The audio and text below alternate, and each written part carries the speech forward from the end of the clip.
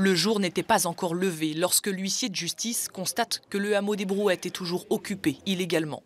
Vers 6h30, les forces de l'ordre investissent le bâtiment pour expulser les derniers réfugiés. Environ 90 personnes prêtes depuis des jours à quitter les lieux. Depuis le 13, on savait que la police va venir ici. On les attendait souvent ici dehors chaque matin et puis ils ne viennent pas. Ça nous a impressionnés parce qu'on n'a pas l'habitude de voir la foule de police comme ça depuis qu'on est en Europe. Aujourd'hui, ils sont venus nombreux. Une expulsion dans le calme avec 2 arrestations de personnes sans document d'identité. La situation de chaque occupant a été évaluée par la préfecture et la direction départementale de la cohésion sociale. Tous ces réfugiés ont été pris en charge et dormiront à l'abri ce soir. Ce sont des dispositifs d'hébergement mis à disposition donc pour les mineurs, pour les demandeurs d'asile. On a aussi des réfugiés statutaires.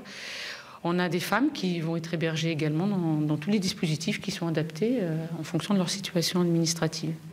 Depuis le mois de mai dernier, des centaines de personnes, pour la plupart demandeurs d'asile, vivaient dans cette ancienne maison de retraite désaffectée, propriété de la ville de Rouen. Pour les militants associatifs, cette expulsion est un mal pour un bien.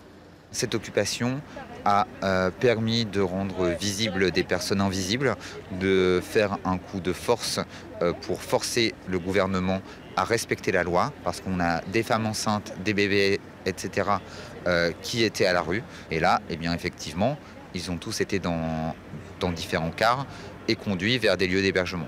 Les bénévoles du réseau Solidarité Migrants resteront en contact avec tous ces réfugiés pour vérifier qu'ils ont bien été pris en charge.